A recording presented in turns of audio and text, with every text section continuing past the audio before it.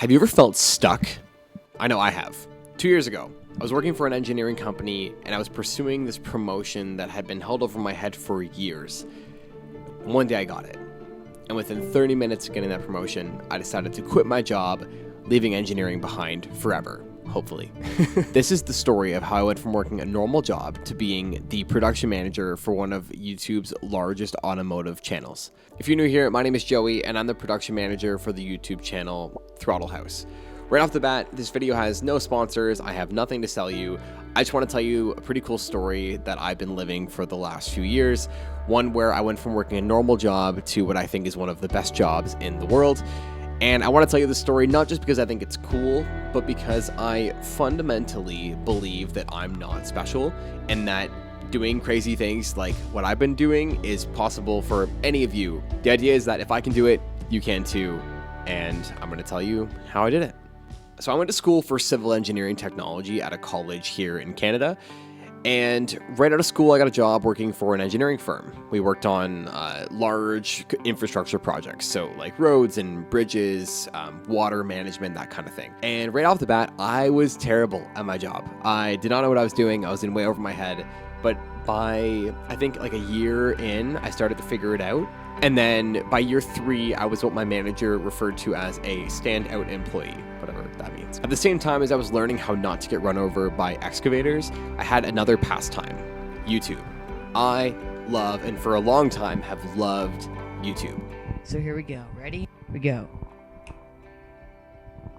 Whoa! See where I am? That's so cool. I even had a vlogging channel back in the day where I had a G35 and I was plastic dipping the wheels and vinyl wrapping the roof and doing all that kinds of stuff. It was a lot of fun. Eventually, I tried to mix my two interests of engineering and camera related things. So I brought my drone to work one day and I used it for some site pictures. I did some measurements and that really got the ball rolling with my bosses to the point where 4 years into my career, I was told that there was a big promotion and that if I kept working hard and kept, innovating like I did with the drone, that job could be mine.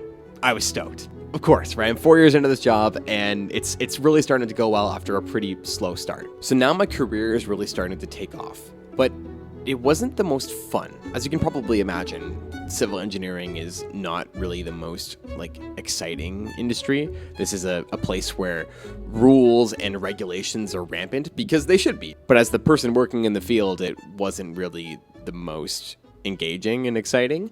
And that's where YouTube came in. Because I had this channel that I used to do car vlogs on that had been sitting there idle, so I converted it into a YouTube channel to make videos about the stuff that I cared about at that time, which was cameras and drones and FPV drones and mics and stuff like that. And the cool thing about this moment is this is where I first started to make money online, which I'd never done before. This was the first time that I'd ever had AdSense, I had affiliate links, I had a few sponsored videos, and it wasn't a lot of money, but it was the first time that I'd made something, put it out, and gotten paid for it, and that was cool. It felt like I was at a crossroads where I could either continue down this YouTube path at the expense of my regular career, or I could go full in on engineering because it was safe, reliable, and had potential for big things later on. So I had a choice to make. Guess what I chose? I chose corporate. I know, right? Isn't that lame? But I did. I chose engineering. I figured that this was a good industry, there was good pay, good potential. I want to have a family one day. That's all really important. You need money for that stuff. And that's what I did. I went in. I started to go to meetings that I had no business being a part of just to be there and show my face. I started to shadow the guy who had the job that I was currently working towards. Shout out Oleg. You're the best if you're watching this. Because I wanted to know. What am I in for if I get this job? I want to know what it means to be this person. I'm just going to learn from the guy. I kept doing things with drones. I brought my 360 camera to work for site inspections. And I really just tried to give my all into this career. Because if I'm going to do it, I'm going to do it. But that's where the fun started to end because I went on for another 2 years like this. I went from being the guy to just show up in the meetings to actually presenting and being really involved in them. I went from shadowing my boss, the guy whose job I was trying to get, to actually doing his job. He went on to do other things and I just became this person without the pay or the title to reflect it. I remember being in performance reviews and my bigger bosses would say things like, you're doing great. There's nothing to change. Just keep up the good work. And sure, I could have like job hopped, right? I could have left for another competitor. I had an offer at one point. But I felt like because I hadn't ever changed titles, my resume didn't really show all that I had learned. So I knew I just had to stay and wait it out. But then in the spring of 2023, I felt my luck change. I was on the way home from my job, which was like an hour and a half commute, and I stopped at a gas station. And right before I left, I pulled up Instagram and I saw that my favorite car YouTube channel had posted a job posting for a production manager. They were looking for someone who was organized, efficient, who could plan things, someone who knew cars and maybe even knew cameras, and someone who lived nearby. And I'm looking at this thing like, this is for me. They don't know it yet, but I am all these things. Like, this job is for me. I knew in that moment that I'd gotten super lucky, but I had to act fast. I raced home like you wouldn't believe my little Hyundai Elantra. And the whole time I'm thinking, okay, what am I going to say? Because, they wanted an application video, not just a resume. They wanted you to send in a video of who you were and everything else. So I'm thinking, okay, what am I going to say? And I get home and I write out my script and I film myself writing the script. So there was a little bit of behind the scenes to it. And this is my video application for the position of production manager at Throttle House. Let's get started.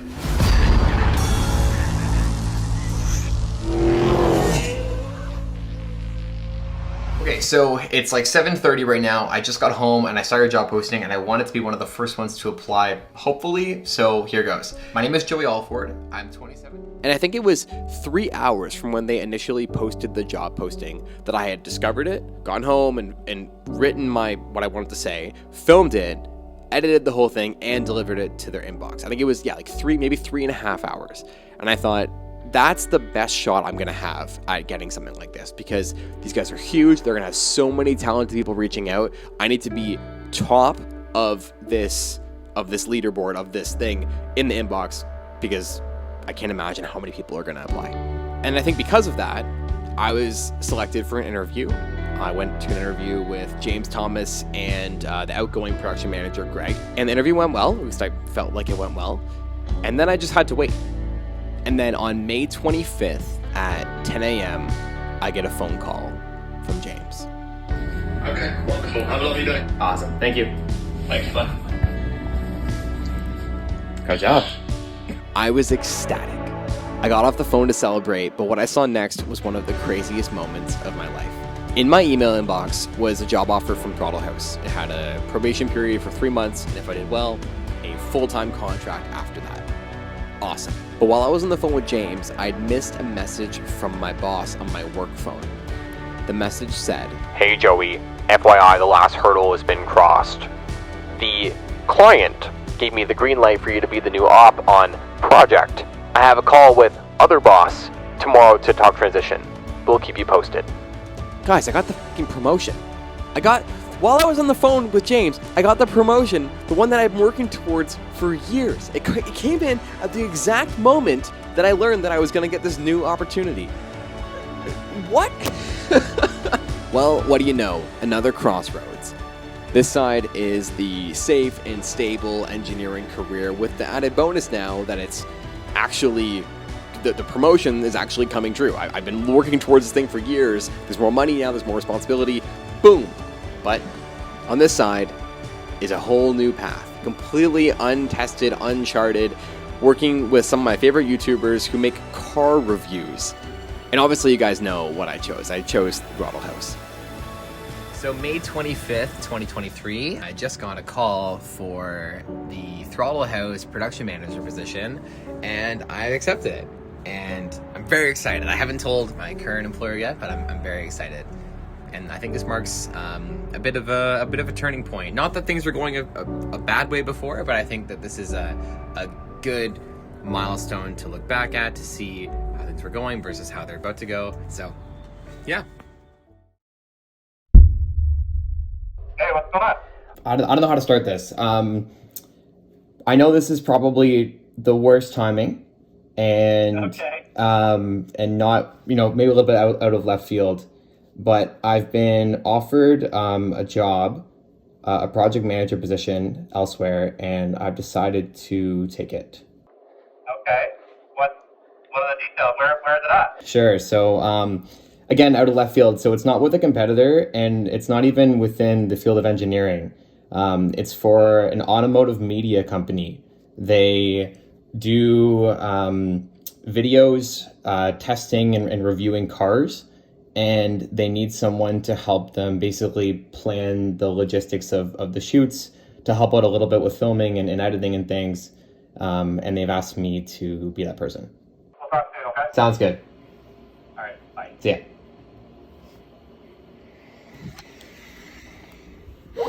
Okay, well, that's it. Okay, so it's 6:44 p.m. Today, I resigned from my job. Just want to follow up because earlier I was stressing and turns out I didn't need to because it went well. Okay, that's it. Okay, so right off the bat, I couldn't do any of the stuff that I'm about to talk about without the support of my amazing team. James and Thomas are the best bosses. They just deserve props across the board.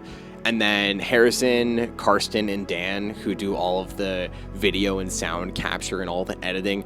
These guys are just the best. Everyone is super cool. The team is awesome. And just shout out to you guys. Okay, hello, future Joey. Today is July 4th, 2023. It is my first day of work for Throttle House. I'm excited. I'm very excited. But I'm also, feeling the first day jitters like you do with anything. It's been a while since I've started a new job, although I have started new projects where it sort of feels the same because it's new people and a new environment. But this one is just really different. So I'm nervous, but in like a good way. I think it'll be good. I think it'll just be a good time. All right, well, by the time that you listen to this, Joey, I will have already done my first day and probably many more.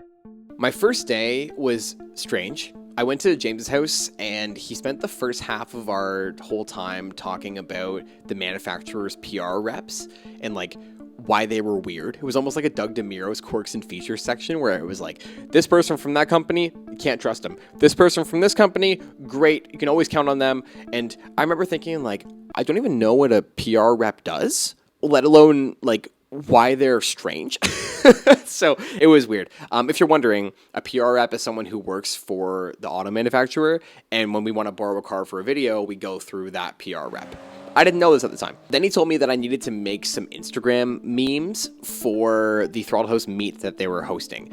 And that the guys, except for me, were going to LA for the new Mustang launch. And when they got back, I needed to have the meet set up. I just want to say that James is an absolute legend. And now he's one of the closest people in my life. But back then, I thought he was setting me up for failure. It's one thing to make Instagram memes, but what I didn't know was that the guys weren't getting back from their LA trip until the Saturday night, and the meet was on the Sunday morning. So I was going to have no help. This was a Joey endeavor, and I learned very quickly that working at Throttle House was going to be sink or swim. While the boys were gone, I had to get my shit together. The meet was at a place called Safe Auto, which is like a car storage facility, and they would be giving us a section of their parking lot, and they were expecting between 2,000 to 5,000 people to show up. Great. So now it's game time.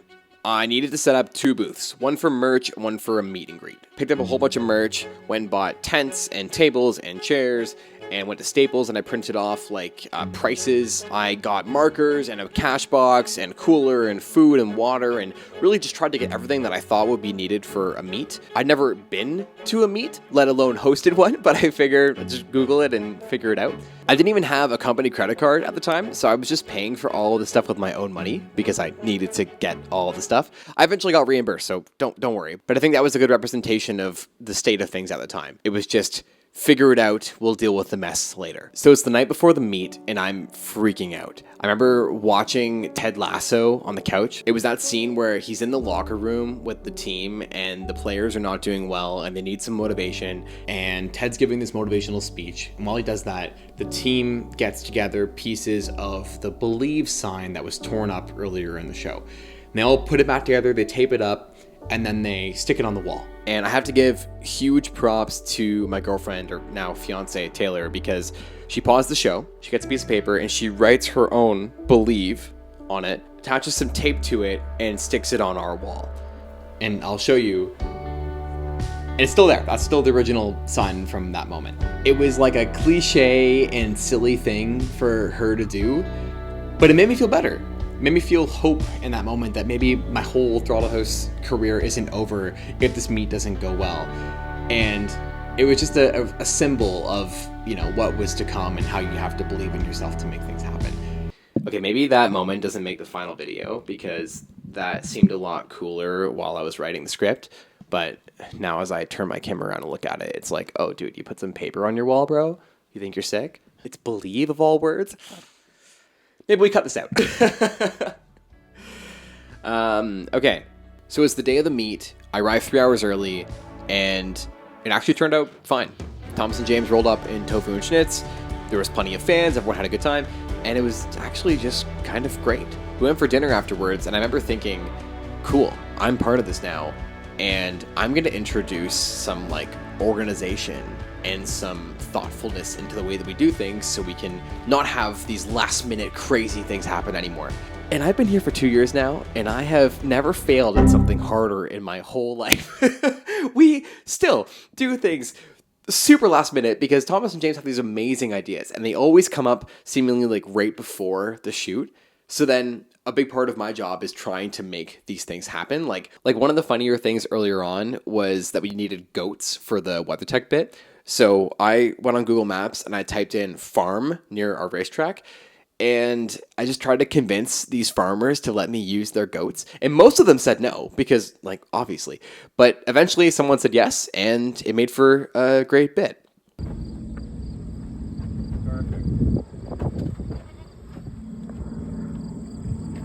What have we done?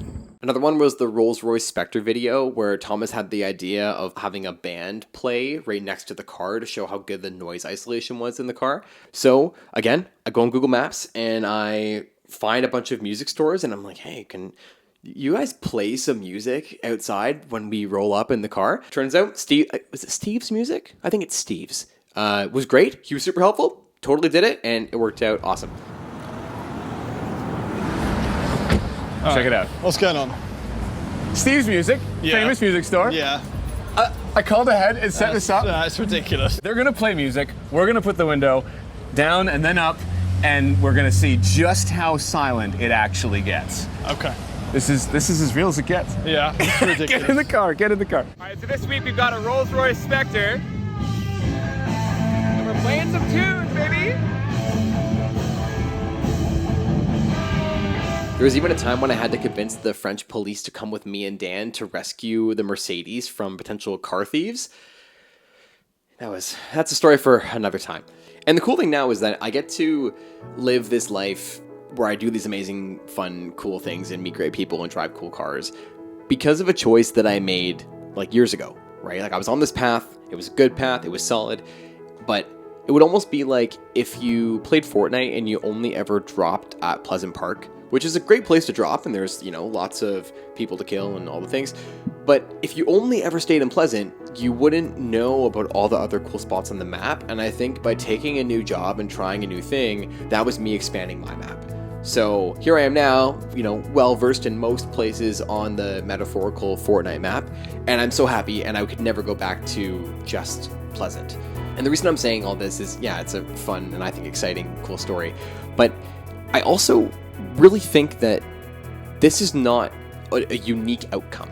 I think if you've made it this far in the video, there's no reason why you can't also have some good luck and some extraordinary things happen in your life.